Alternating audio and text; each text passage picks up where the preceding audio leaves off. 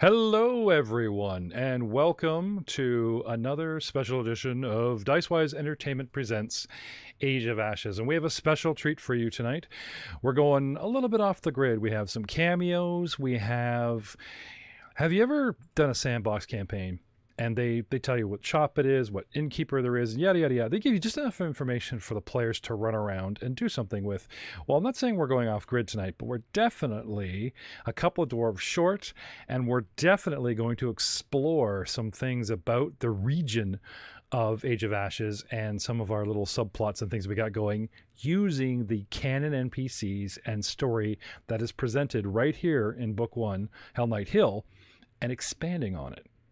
So, going around the room tonight, as usual, my trigger man and helping us with my NPC, Dahlgren Truth Seeker. Truth Seeker. Comment is fun. Rob Hammond is in the house. Good evening. And making a cameo appearance now. I don't know if you've had a chance to check out our Simply Second Edition podcast, where myself, I got to play, went on the internet and asked Twitter what I should play, and they went Gnome Alchemist for the win, and I've been running around with a Gnome Alchemist, and I've dug up an old high school chum here. I wasn't played in like 20 years, and we've moved now. The last time you watched Age of Ashes, my wife Cheryl Ball, Dicewise and executive producer, we had written her character out. Why? Girl Gamers Rock. Well, she's moving into a different time slot to play with Jared Mercer, who will also be making a cameo. And we've decided to take the Simply Second Edition podcast, which has a little bit of Rob DMing, a little bit of me DMing, a little bit of us hanging out, talking Starfinder with the Impala Starfinder crew. And then Jared Mercer came along and gave us a good 8-10 solid episodes of his world, his homebrew world of Rotram. And he's using the Pathfinder 2nd Edition official core rulebook. And thanks to our sponsor, shouting out to Fantasy Grounds and Devon Knight Minis, we're using stuff we already have from them. And Jared showed us his world of Rotram, and there was drinking and silliness and hanging out with buddies I haven't seen forever, and me getting to be a player. It was ridiculous. It was fun. I hope you enjoyed it if you watched it. We want to reboot that game. Jared has a different continent, and we have some of our old players, some new players, some characters shifting, and we're going to see if we can actually make this a legit show in the new year. But for right now, we're going to mix some stuff up, and we're going to sort of do a crossover event with the world of Rotram and Age of Ashes by explaining maybe perhaps some characters that were deposited here or some characters that are going there. We'll see. So tonight, we are short 3 brew-loving dwarfs. There is no Miros Anvil Bender. There is no Elbrick Stonechucker. And there is no Theowen of no last name that's important. Tonight, we have Dahlgren Trueseeker coming into the forefront. And when last we left Dahlgren, I believe Theowen threw your butt through a tavern window during a tavern brawl. And you hit the dirt. Boom! With a mighty crash. A big dwarven crash. The scene comes down, by the way, down upon the world of Golarion. In 2nd edition, the world is now at 4719. Now, I suppose you're wondering why we have a gallery view as opposed to a shot view. And I suppose you're wondering who this gentleman is rocking the white beard. But when his character makes a scene, then we'll get into explaining who he is and who he is playing. I want to pick it right up from the action where we left off. So, in the country of Isker, in the town of Breach Hill, and on a Tuesday afternoon. Why not? Tuesday is good. Yeah. Dahlgren Trueseeker, an elderly dwarven bard, goes flying through a window by the hands of his own kin and hits the dirt hard. And at this time, while Albrecht, you can hear him, Rob, right through the window going, oh, that looks like fun. This is going to be my exit.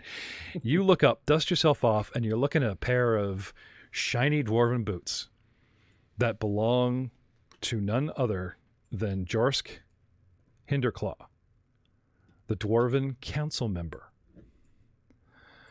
He addresses you not in common with that grumbly accent that we heard last time, but directly in Dwarven. A word, laddie, if you please.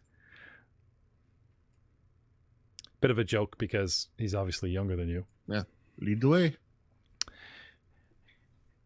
Big meaty fist goes down, pulls you to your feet, and we just kind of step away from the front of the tavern, away from the worship and rowdiness that's going on to a certain accidental god, into an alleyway. It's a dwarven bar mitzvah. With the noise and ruckus still, audible but dying down. The scene tightens in on two dwarves having a quiet conversation in Dwarven. Already going. Da, he says. A sign of respect, calling dwarf father, or hey granddad. Maybe not your own, but it's still a measure of respect given to you, Dahlgren, by Joss Kinderclaw. Now, you are a bard in this town. He is a council member. But alone in the alley, you're the elder dwarf. And he knows it. I've also been in Baricho far longer than he. It's true. Far longer than either of you remember, for good reason, but we'll get to that. Da, he says. I can understand why you're excited that some wee lads have come down out of the mountain. It was not so long ago. Well, it seems like yesterday. I know it's about 170 turnings. 170 summers have gone by since none of us can recollect anything. But what are you boys playing at today at the council? I mean, sure, it was rude and they don't know the ways of the humans of just collecting them from the guard. I'm sure you boys were enjoying your revels. Da, I get that. I really do. He says, but what I saw today reminds me of 170 years ago, when we woke, and I was just a wee lad, and you were a dwarf in your prime. No. I know what you're thinking. But you remember before the wizard came and set us straight? Do you remember how no one remembered anything? Dozens and dozens of people, humans. But the difference is after he came by, that bloody wizard, you guys got most of your life back. I still don't know. We went up on the mountain. We searched for your clan. He says, pointing at your, the hilt of your dagger with its unusual symbol. Would you mind describing that symbol? It's actually pretty simple. It's just, it hasn't appeared in a lot of dwarven stuff till now. It's a metal ring with an eye in the center and then a dropped hammer face down behind it. Okay. So it almost looks like if you look at it in one light, it looks like it's almost like a sunburst. If you look at it from that direction. All right. But if you look at it individually, you'll see that it's an eye with a ring with a hammer behind it. We scoured the mountain looking for your clan. Barely found trace of mine, and obviously my people had moved on, and it might explain why I was down away from our kin, but he says, I remember those dark times when you didn't remember anything and we could find no trace. And then the wizard came, and he restored life. Well, he gave us a new one. Or gave you back your old ones, but I'm not going to bring up that old argument.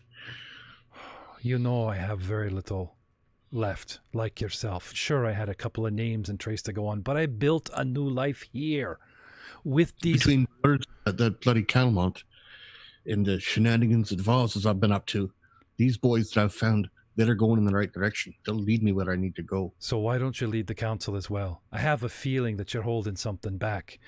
The whispering, the ill trust. Do you not trust me? I sit on the council, da. It's not a council of dwarves. He shakes his head, looks down sadly. All right then. But you best tread carefully. He says, we are still in a human town. You know their ways. Oh, I play nice every day. Lately, though, the dark times that are coming back. Brought by who, I wonder? I take the time to look around the alley, check the time of day. I do know. But I'll find the ring. Oh, I will. Ring? Find out. What ring? What are you talking about, Don't you worry. They've already earned my trust. If it's something you need to know, somebody else will tell you. Are you saying I no longer hold your trust, Da? just because I sit on the council with humans and half-elves and That's a halflings. choice you make, not me. Fine. Just don't I'll do no the cause you council. trouble. Don't I'll do, no cause you trouble. you are a member of Breach Hill. Don't do this town wrong or the council, and you'll be fine. Oh, now you're threatening me. I'm telling you, Da. It's obvious. No one has claim on the hill. Those dwarves gonna lay claim to that hill bloody fast. Why? But they're the ones that cleared it out. You know they got plans of staying. Sure. And not everybody's going to want them to stay because Breach Hill is a very closed town. No, it's not. We've been open to the public. I've not told them the stories. I've made them happy to be here in Breach Hill, and I'll ruin that for them. But like I said, they've earned me trust, and they're going in the direction I need. Word is they're all looking to open a brewery. I don't think there's any brewers here whose toes they're going to be stepping on, so there'll be no ill will from the town as far as I know, Da. Well, as I said, there are other forces in play. Just tread lightly. You didn't care when I brought it to you before, you're not going to believe me now. And you know of whom I speak. I don't know where the half-orc is, and the druid barely enters town. He comes in maybe twice a year. If you're going to start up that nonsense again... Enough. Be off with you. I've got business.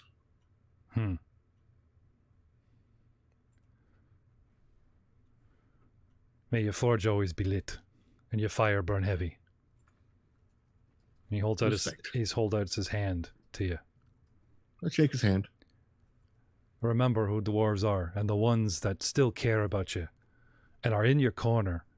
But the law is the law. Aye, we've already had that conversation too. Mm. No, leave. Okay. He just watches you go. And slinks Like back into the alley, like all ominous. Well, well, no, I know the town well enough, and I've got the map here in front of me. I can easily get back down to the waterfront in a couple of minutes and just blend in and make my way home. Okay. But if I happen to have to walk by the bookstore on the way home... Well, you know that's where the boys were headed next. Ooh, well, actually, Calmont's house. As far as I know, he probably has an apartment near the bookstore. I don't want to be too close to them because, well, shenanigans being what they are, I still think I'm being followed. You know what? I'm going to hook back and take a run around the Pisani property before I go home tonight. You're going to wander around the Pisanis? Just a quick wander around the block, take a look to see if there's too many people, too many horses, too many lights. Oh, I see. To see if there's like anything going on, as it were? Yeah. Okay. All right. Well, the cool thing about this game is I get to roll stealth. And as much as I'd like to just drop this on camera, isn't that cool? Get my little... And you've got my stealth bonus there? I was going to ask you, what is it? Because I'm going to drop it in my stealth bonus is 5. I'm going to drop it in my shadow cam here. Yeah. Okay. Sticking to the alleys, the shadows that you know so well. Nothing seems amiss. No extra activity, you know. If anything, it looks like they're just going about their day, you know. The business that they're in and out from the river is comparable with this time of year. Like I said, you've been here so many seasons, you know. Yeah. Kind of thing. Nothing seems amiss at a glance from a distance anyway. So now, while you're hanging around and at that turning point about possibly on your mind the ring, the legend that we expedited a little bit before, or just going back to the dwarves, the scene pulls back and actually towards the woods, towards the mountains, towards the hill, in and around the surroundings of Breach Hill are woods and hills, and a mile out is the Hell Knight Hill, as it's been named. It is actually Citadel Alderain, a formal. He needs to be caught up, so bear with me. A former stronghold of the Hell Knights from the neighboring country, that belong to one of the orders, the Order of the Nail. City of Alderaan. Okay. And the Order of Nail. The Citadel of Alderaan. Oh, Citadel. Yes, Citadel excuse me. of Citadel All-Terrain. All-Terrain. Yes. Well, just to remind everyone, we'll do a little some picture flashing here to get certain people. Oops, not the actual. Where is a? I was hoping for a. Where is it? Oh, that's the map. There we go. Behold, Citadel Alderaan. Now I've got a static image it permanently, but it's not something the players can see. Very nice. Okay. Muchly abandoned. Some goblins live there. And now the goblins have sort of properly entered society in second edition by the year 4719. They actually have a representative, a diplomat that lives in town.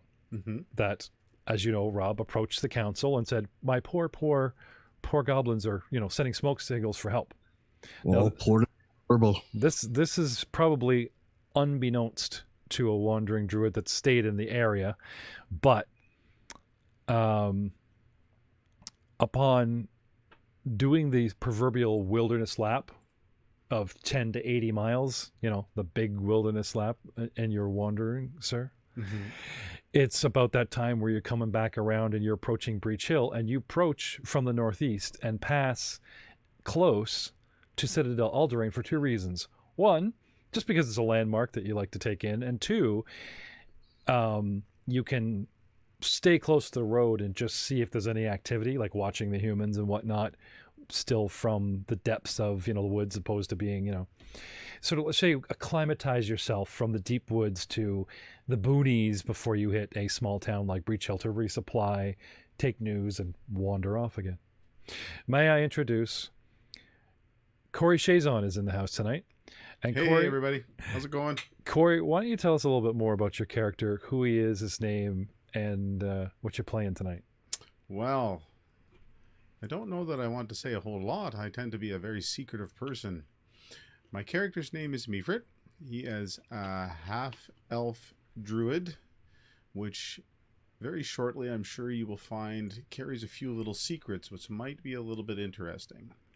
Well, we haven't had a druid in the show yet. All the second edition characters, like I said, unless they've watched our alternate show and seen you play a little bit under Jared in our Simply Second Edition where we're doing one-shots, the druid class is largely unknown. So I've actually pulled up,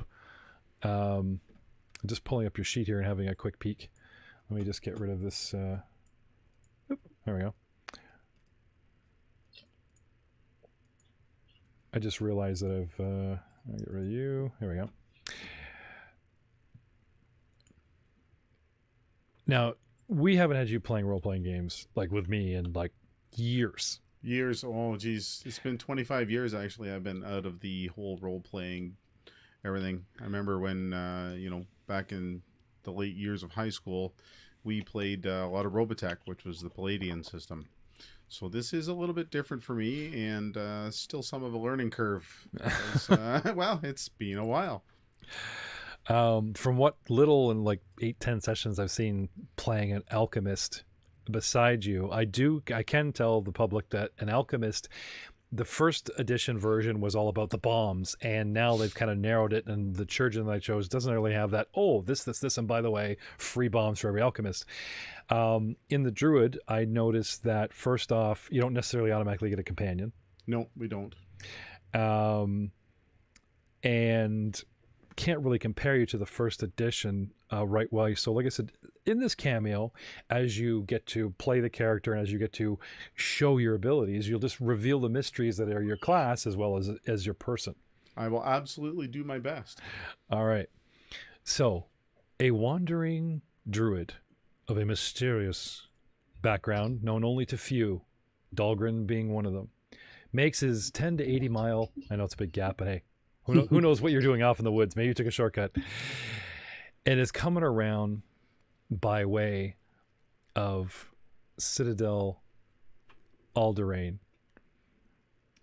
And I'm going to bring up the actual map that the dwarves have recently, hacked and explored. The goblins that live there actually stay in the lower levels. Interesting. So to see activity, even a camp, as it were, outside the walls is rather interesting. So first, let me get you to this map. And while I'm doing so, Rob, off the top of your head, do you remember, have you noticed anything blatant in the difference between a first edition druid and second edition druid? Not really. I think the spell casting options are a bit different. Is one of the biggest things because there's so much more balanced by feats now. Oh, yeah. Like there's not as much of that primal casting as most of it's now added benefits to the character, like to the druid himself. Right. So something they've done is there's no longer just arcane and divine casting. They have divine casting for clerics, arcane casting for wizards and sorcerers. Occult casting is your smattering of casting for someone like a bard. And they've added a different type of divine magic called primal magic that is obvious, to our druid setting. Now, Corey, can you see this map here? It hasn't filled in on my screen yet, but it is coming. I am sharing the crap out of it. Yeah, it's a little bit slow today. You might want to take the boys off there. The boys are still on the map.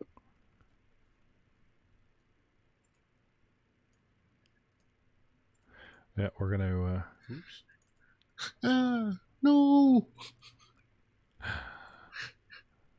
Well, maybe he was there the whole time. My character icon's facing the right direction, just watching my guys pop out one at a time with an ominous click in the background. Trust them gods, I did not. So let me know when you're all loaded up there. Yeah, it's being... Oh, no, okay, so... The computer is incredibly slow today. That's fine. Picture the scene at a theater of the mind. I can do that. Imagine you are, shall we say, a couple 100 yards, and to the south of you, while hiding in, ever thinning and thinning wood line as you get up this hill. Mm-hmm. And there's less and less cover. Directly to the south of you is a rock outcropping, not a mighty stone's throw away from the back wall of the citadel itself. The citadel is round like a castle with an open courtyard with two enormous wings, one to the north, closer to you, one to the south. The whole structure faces east. That's where the front gate is. You are gazing upon the north wing's back wall on the west side. And this thing comes down as it goes away from you, cuts left towards the east. Then you can see the back of the courtyard wall, and then comes out, and you can, even from your angle, see the south wing.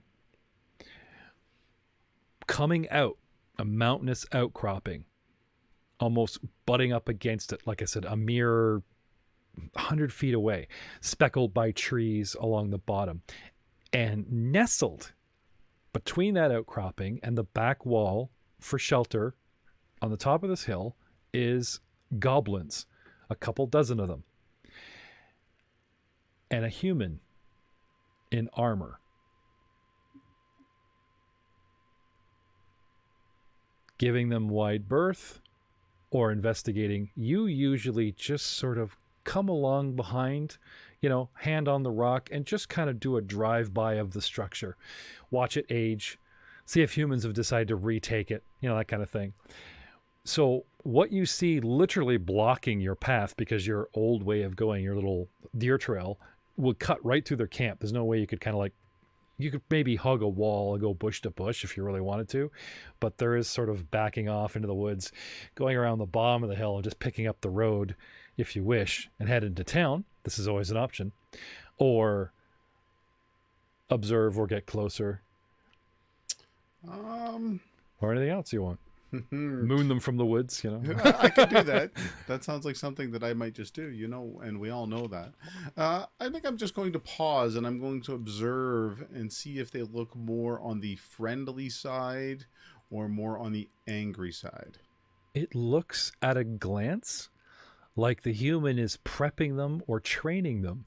There's about 6 that are lined up doing push-ups on the ground on one side. There's a bunch just being creepy little freaky goblins, but they are maintaining camp. They're making stew. They disappear in the wall and they start dragging out carcasses of beasts that they might have slain, start chopping them up, making all kinds of food, right? There's impromptu structures, very rickety and very simple tarps pulled over 3 sticks from a nearby bush they hacked up. You swear you see what could be a metal bed frame standing up erect, and they just kind of like threw a tarp over it. Like just some weird odds and implements. Very interesting. And then there's this tall 6-foot dark-haired human male wearing full-on Hell Knight armor. And to show you what this guy looks like, again, I've got myself a nice little where are we here?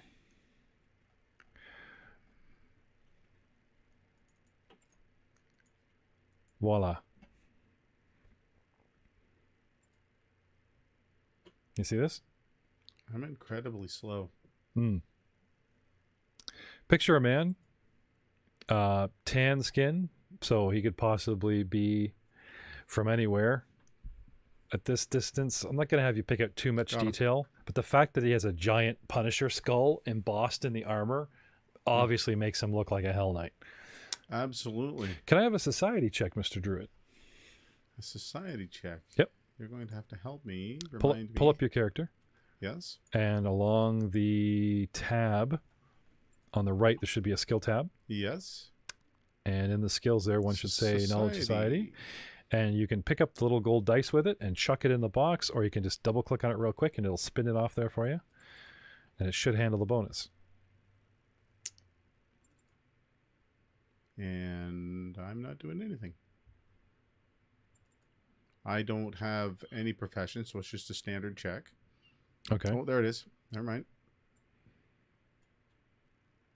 There we go. And voila. Call it out. A 20.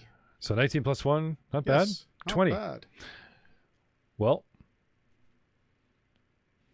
Hell Knight from Cheliax, a neighboring hostile tyranny of a country that worships Osmodeus, lawful evil devil of contracts. Interesting. Their entire order is based carbon copy on this deity's legions in hell. A society that became fascinated with how the Abyss organizes its armies by legion, branded itself Orders of Hell Knights. And there are several. Order of the Scourge, Order of this, Order of that. The Order of the Nail is particularly distasteful to a druid because they're of the mind that nature, fae, and such, and that encroachment on anything, the wild trying to come back after like land that mankind clears or a structure like this, right? Mm-hmm. They're sort of a fighting order against the wilderness. They're the type to if they decide to put up something, I don't know, like this citadel, right? Mm-hmm. They would they would clear out them dare fae out of them dare woods and then turn it into a logging or what type of thing. Now it's not like they're not nature friendly, okay? They target like wilderness creatures and things that they believe that don't really mix with society. Mm-hmm. You know what I mean? It's not like they're going to wipe out every bear. Yes. If I can interject, they want to quell savage practices. They believe in civilization. Yeah, that makes a little more sense. Nature. Yeah, it does. Yeah. Actually, is this Thank you. although this gentleman sounds like not somebody who I would particularly like, since I am quite friendly with nature. Anyway, this guy goes about his day. The goblins are constantly seen to be harassing, answering questions. He doesn't swat at them. He doesn't treat them badly. He mostly ignores them, really. But he looks like he's at the camp to stay, and he's, attending camp, building his own little campfire, polishing his armor, that kind of thing. Just going about. The goblins seem to be split into 3 little divisions. Like I said, there's these 6 or 7 that are like just endlessly working out, which is really weird for a goblin. Like, because they're working out as if they were humans. It's almost, and the closest human is almost like drop and give me 20, and he is a regiment military. I'm not saying he made them do it, but it certainly looks like he's punishing poor goblins by making them do endless sit-ups and push-ups. Then you have a bunch rallying around that just seem to be like trying to maintain the camp.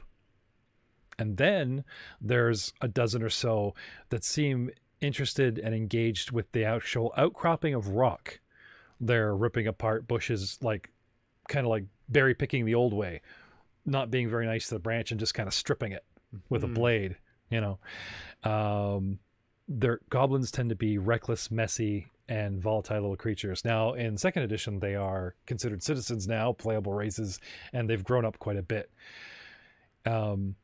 You would guess, if not possibly for the humans' influence, that this camp would be a lot messier and a lot less wilderness friendly. What they're doing out of their lower levels that you know they dwell in the Citadel, you do not know. And what he's doing here, after his order has abandoned, like officially just packed up, left, leave it to the wilderness, leave it to whoever. Years ago, decades ago, they officially left, abandoned the Citadel. Now, the Citadel itself is in quite disrepair. There are huge holes in the walls. You know, like the breeze goes through in several places. You know what I mean? Wouldn't be surprised if creatures, you know, the old monster move in the dungeon kind of thing. Interesting. And you say that my normal route takes me right through pretty much the middle of camp. Well, you could take the long way around the front of the building, but you still might be noticed if there's people anywhere on it or up in the battlements. The way I had you programmed is sort of like get close to the Citadel because you want to meet up with the road, pop out of the bushes, hug the outcropping, go along bush to bush to bush, just kind of, you know, taking the scene. And then there's a road you can pick up, and you can either stay just off the road and follow it, but it will guide you right to town, or you can take the meandering down the hillside kind of thing. I think I'm going to stick with the meandering down the hillside while sort of continuing to pay attention to what's going on. Okay. So do you want to try and stealth your way? You could climb the rock outcropping and just go over it. Maybe they'll see up there climbing. What are they going to do? You know, like I said, you could take the very long way around the front of the building. Let's do that. Let's take the very long way around. Okay. And not necessarily trying to stay out of the way, but not necessarily trying to be obvious either. Somewhere follow the tree line kind of thing. Yeah. You don't have to like walk out in the middle, but yeah, if you hug the tree line, maybe. Okay. So coming across, have you got this map up yet? No. That's weird. Oh wait.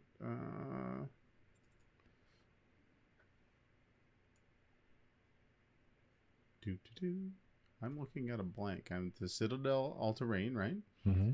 And it's looks like we're getting a change. I closed and reopened. Okay. Well, he's playing around with that. Getting back to now, I have purposely not mentioned the time of day this is occurring. And I never asked. Rob said, "Oh, there's no dwarves there because we left." So obviously it's after that. But this could be 5 minutes after they left, or it could be much, much later, and our dwarves might be already ripping apart a bookshop. You know, Rob could be anywhere. But getting back to the Pisani estate and warehouses, do the long circle as you said. Yeah. Have a look around. No, all seems quiet on the western front. They're just going about their business, you know, kind of thing. And I'll take a wander, I'll take a wander through their stockyards, just to keep, like, you know, just see if there's anything extra, because it's just on the way home anyway. I've got the map here, so I'll wander by. I'll try. Like, I mean, I'm not going to be too obvious about it, but I think I can stop. I think it would be more obvious if I was trying to stealth now that I'm walking down the street than it would be if I am no longer sneaking around their property, as it were. Yeah, no, I gotcha. Like doing the alley view of the riverside. So instead of like going up an alley and walking straight through their property, it's just like you just walk close to the alley and just check out the property every time the alley breaks open. Exactly. Next alley, look down it. Next alley, look down it. That kind of thing. Yep. And anyone asks you, you're just walking down one side of the street. Exactly.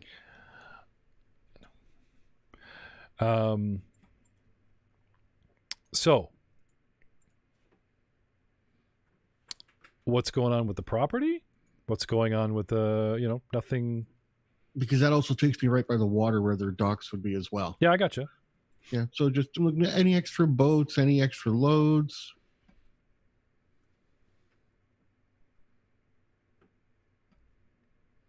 Nope. Okay. And then, like, if nobody disturbs me, I will just make my way back to the other end of town. Okay.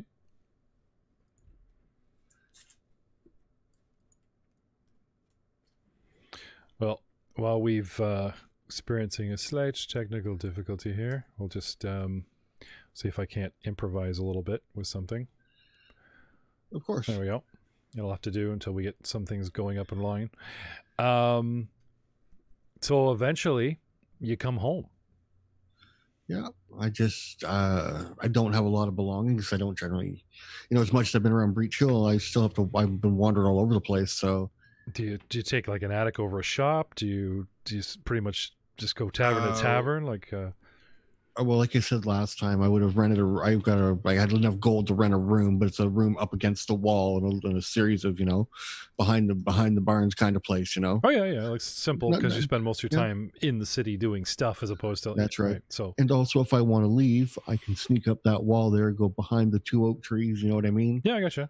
So I can come and go as I please. If they come for you, Exactly. have you got the place rigged to blow?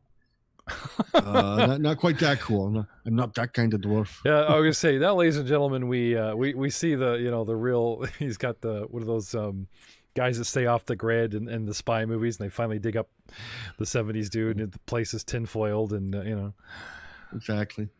Just the bunnies tied above the door and shit. Such. ready to go, boom. Okay. But that evil witch, I still got to deal with her. I keep thinking back to that night in the library. Mm-hmm. She did something to me. I know she did, but they'll never tell.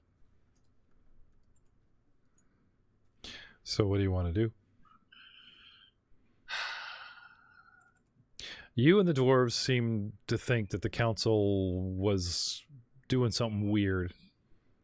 They claim to be looking into the arsonist from every angle. Unfortunately, it was the way they were asking their questions, like they knew something. Yep. They were coming across like they thought we knew something, and well, we didn't. Well, that's what I'm going to tell them anyway. I mean, well, no, they were hoping you could talk more about the arsonist, not what you guys believe is on the site. Exactly. So there's no meta there, right? Like I said, no, and for me, as soon as from Dahlgren's point of view, as soon as they started asking about mysteries, there's only one mystery he'd be keeping. My mind went right to the ring. So therefore, when the others got a little more paranoid, I didn't blame him. Didn't see anything wrong with it. But now I realize it's not what they were talking about at the council chambers. Yes. Go on. So now I'm left an awful choice: do I continue to pursue the ring, or follow the dwarves and see if they stumble upon it? But right now, I should make my way back to Citadel Alterain. I can stay with the goblins for now. I'll leave a note here, or I'll send a note back with one of Orbel's little friends. Let them know where I've gone, if they need me. Okay. So you're basically going to say, not interested in poking around Voz's shop. I'll see you back at the site. Well, my history as a long-time member of the town, I don't want to cross Voz. I mean, I like the dwarves and all, but they've been warned. I told them she was up to something shady. They really got to watch if they go to her shop.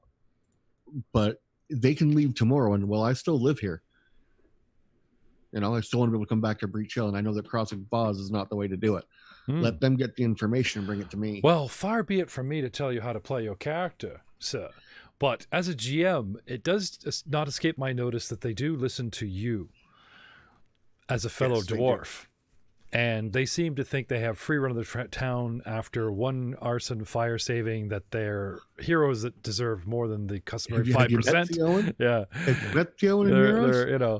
They're living large, and they're just, it's almost like they're expecting sooner or later they're going to do something so great the town's just going to have carpet for them 24/7.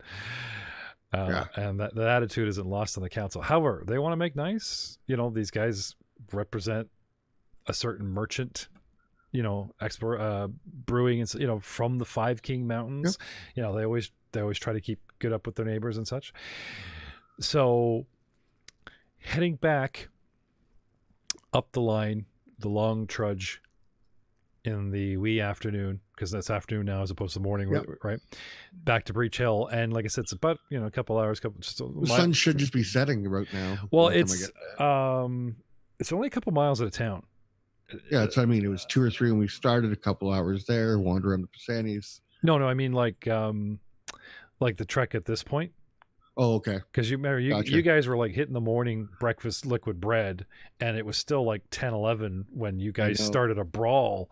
They barely started lunch, and then, so now if you want to wait and really take your time and tell me, it's dusk when I leave, or are you trying to plan to leave so it's dusk when you get there? Sure. I'm going to leave when it's dusk when I get there. Okay, sure.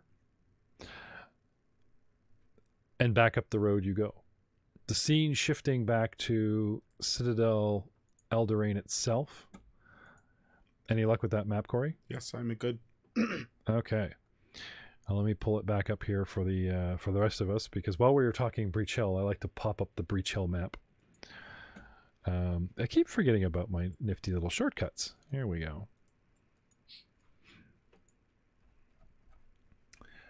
So, coming back over here and pasting the sucker down.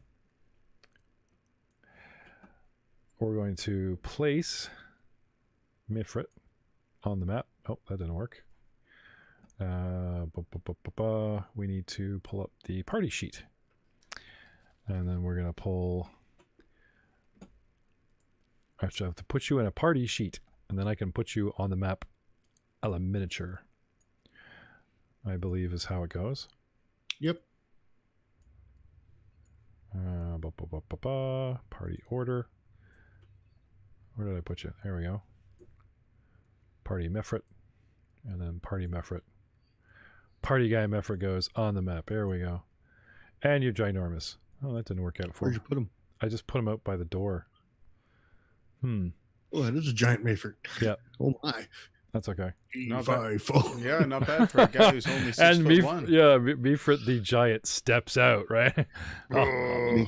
Making goblin wine. Stomp, stomp, stomp. There we go. Okay.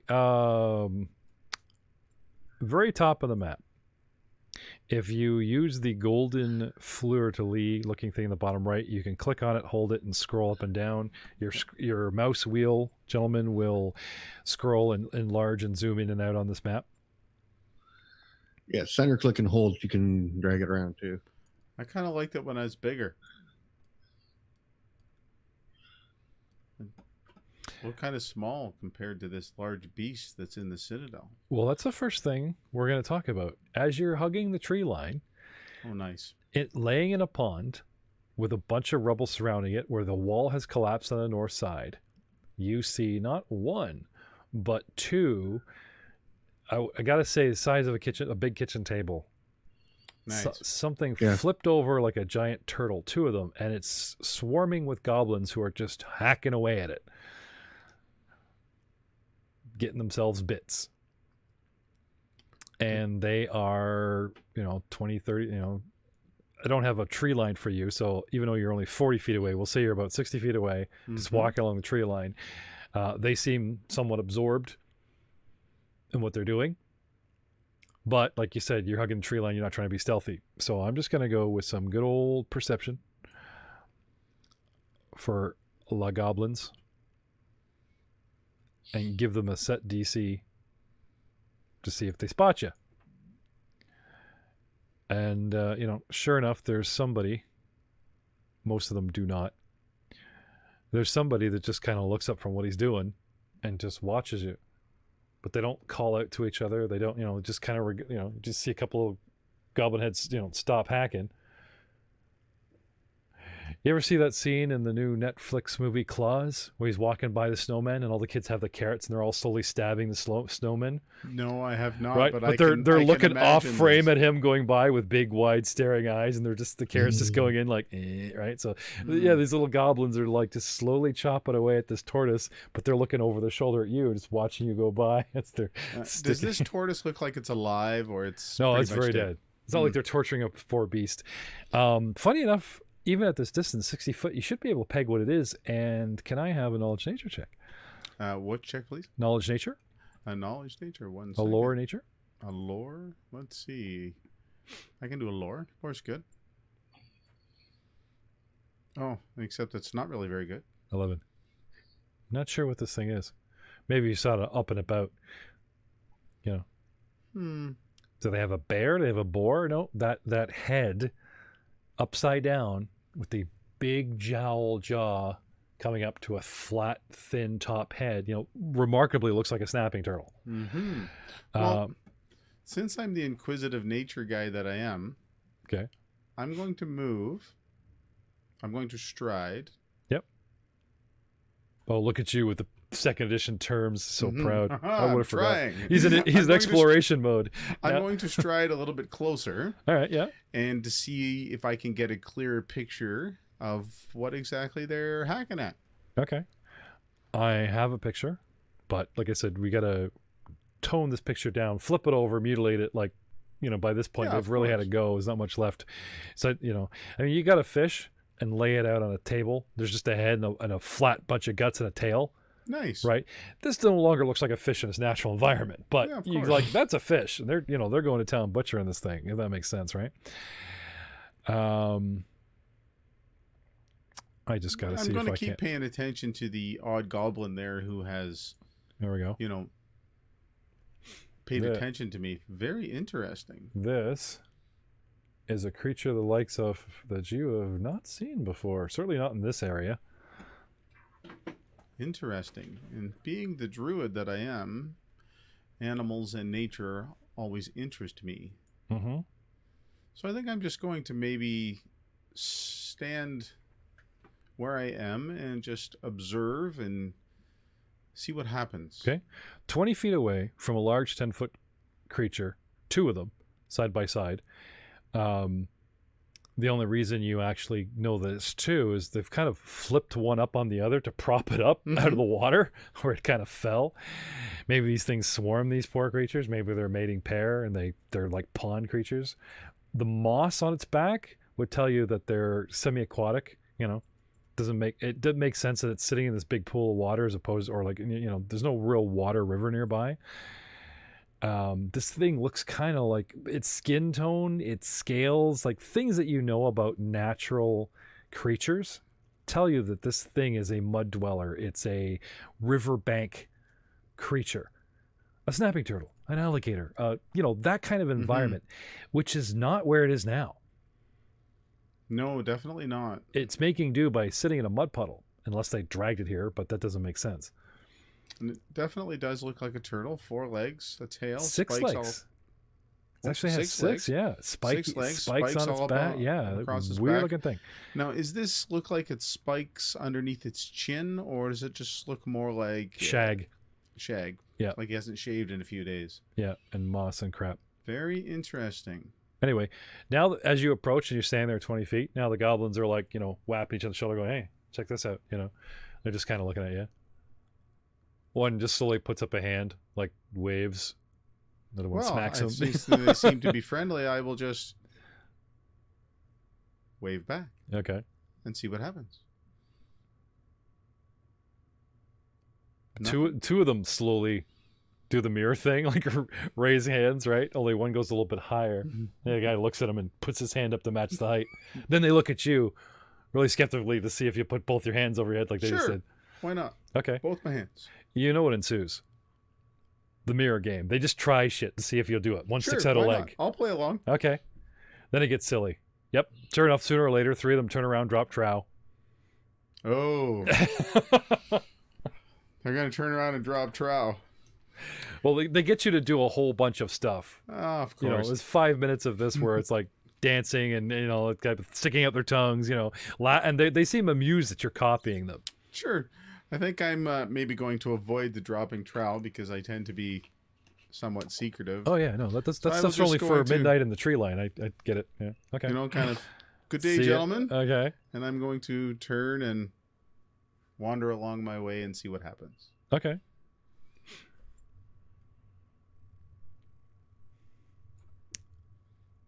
You're gonna go back the way you came, Oh, or are you gonna is go that- the long way around down the right there? That's the way I came? Yeah. Okay, so we'll go back over You want here. to start going around down the right side of the map. Okay. As you head off, right? A lot of them just go back to what they're doing. Two of them, right, sheath their little dog slicers, like stick it in their belt kind of thing, Mm-hmm. right? So they're still armed, but they're not like coming at you with machetes, right? They stop what they're doing and they just start kind of like wandering in a little intercept path, and they're waving. Fair enough. So I'll make it to about here, Okay. and maybe I'll just pause and see what happens. Would you mind, at close range, now that we're regarding you, describe your character head to toe, please? Well, my character actually is very secretive, so really all they see at this point is a gentleman with a staff, about 6'1", covered in a very deep, dark cloak. Okay. Like the big poncho kind of thing? Yes, very deep, much like, not to go off into the sci-fi realm, No, go on. but much like a deep Jedi cloak where you really can't see much of anything inside. Okay, so it's like layer. Like a monk's cassock. Yes, that would be a great explanation. Okay. Do we see boots? Anything sticking out at the bottom? Yeah, you could if you looked close enough, you could see my boots. And Like we talking like floor length robes? We talking like shins, ankles? no, it's all of, just enough clearance that I'm not stepping on it while I'm We can see some ankle though. while I'm walking. Yes, and Okay. what you would find is your traditional footwear that a monk would wear. Okay. Do you look stocky, slim? I No, know you I'm got kinda- layers on, but I'm not really stocky. I'm kind of slim. okay. About a little over 6 feet tall. Okay. Um, Do you have anything covering your face? Anything covering your head? no, just the hood on my cloak. Okay. And are you cowled up as in like you only get that sort of Yep. nose and chin kind of thing? Yeah, you don't even get that. It's a very deep cowl. Oh, okay. So like this cowled shadow of death came out and just started going, "Hey, Pretty ho, much. That's ha, hey." exactly. Hey, I am here. Yeah. Check it out, it's death. We killed something. It's death. Hey, watch this. Hey, come here, death. Pull my finger. Okay. So I'll just patiently await for them to come. Yeah, they come up. They stop at about 10 feet, right? And they're like, no, yeah. Do you speak Goblin? I do not speak Goblin. I speak. Can you tell me what languages you understand in case we switch to something? I can speak Druid, Yep. and I can speak Common, Yep. and I can speak Elven. Okay. So they're probably what you would gather in their own tongue, arguing for a minute. Ivaziska. Oh, you got Viska. I got Viska. You got Viska. No, you got Viska. You got Viska. 1, 2, 3, nah. 1, 2, 3, nah. Anyway, they say words you don't understand. And then it's almost like they switch to a harsher language to do this counting game where they're timing a throw. And then now you've seen human children do this in the cities and stuff. It's a game where you make a symbol with your hand and Mhm. represent something, and one symbol beats another. Mm-hmm. Okay. Anyway, they play it really quick, really rapidly. One shoves the other like he cheated, and then he clears his throat and turns to you, and in common, with a heavy goblin accent, says, "Are you the wizard? Come back." No, good sir, I am not. Who are you then? At this point, I throw my cowl back, Okay. and what they see is a long beard with rings holding it together, Cool. one blue eye, one silver eye, Ooh. and I'm carrying on my head like a samurai top knot, Okay, yeah. The hair's pulled back tight Hmm. and a tiny little nib cut Yes. off. Yeah. And What color's your hair? silver. Oh, right. Sorry. Yes. Silver. Yep. Silver beard. And I say, gentlemen, my name is Meefert. Is there any now? Without meta as a GM, I know you're playing a certain race. Is there anything belaying that? Yes, of anything course. lean? You know? Because I am half elf, I have elven pointed ears. Okay. Um, The high cheekbone. yes, I have the high cheekbone, very much like an elf, but because I am half elf, I sort of carried a more rugged elven look. Yeah. Well, you're still half human, right? Yes. So the reason why we picked the picture for you is the guy's is a very angular face. Yes. Okay. So you introduce yourself as Meefrit. Yes. And I just casually, 2 hands on my staff. Yep. Just sort of lean, casual, non-threatening. Just we're here Yep. to have a conversation and see what happens. But yet at the same time, I'm sort of paying attention and waiting for something bad since, well, these are goblins. Well, you don't see any hands going to weapons. You do Excellent. notice over their shoulder that's more cut. Like they're like, "Hey, stop cutting! Look, Bob and Ed have gone to do something stupid. Bob this and will Ed. this will be good, Bob and Ed. So you introduce yourself. Anyway, Yes. so the guy talking to you giggles and he's like, "Meefit, me, Ob, Ed. I just- We Bumblebrasher clan." And then they do this like really weird thing that's not very goblin like. They literally do the beach man muscle pump. Which way to the beach? Like they flex muscles. They make the bow with the arms. Mhm. And then they literally go through like several human poses, like the staggered S with the thing, like Oh, showing nice. their bubble brusher, and then they like throw their chests at each other and bounce off. Not very goblin like. No. They look like they start acting like they're humans or dwarves or something. Well, Bubble my- brusher. My first reaction would be to laugh at them, but then as I begin to laugh, I decide that that's maybe not a good idea. Okay. And I just sort of make a casual partial bow and nod my head. Okay. And Covering up the chuckle. yes. Can I have a deception roll? Absolutely. You guys are fun. Funny, man. You want Very a honorably perception? funny. You want a perception? No, we're not. You can't have a deception roll. We'll go with a perception. Oh, very terrible. Absolutely terrible. I think I'm in trouble. So your rolling shoulders and heaving chest don't look like coughing. Whether they take offense isn't obvious. But if you just kind of like roll on and continue. Yeah, I'm just gonna keep carrying on and Okay. tell them it's my pleasure to meet you, gentlemen. All right. Go. Peace. Peace. Just So kinda if, if they are truly giving me the peace sign, I will give Yeah. it back to them. yeah. Again, not very goblin like. Apparently not. This human must have them really well trained. Apparently. If they don't appear to be threatening or need to be carrying on, I think I will just again. It looks like they were just kind of butchering something they killed. That's kind of a law of nature. No, you're not sure what the hell that thing is, but I wonder. I'm going to shoot for it and say, gentlemen, what is it you have over there? dinner. Dinner. He say turtle soup. Turtle soup. No, he not say turtle soup. He did. He say turtle soup. We make turtle soup tonight. Turtles. Anyway, and then he does like an impression of whoever he is. Turtle soup for dinner with like a slight. Can I have just a raw intelligence?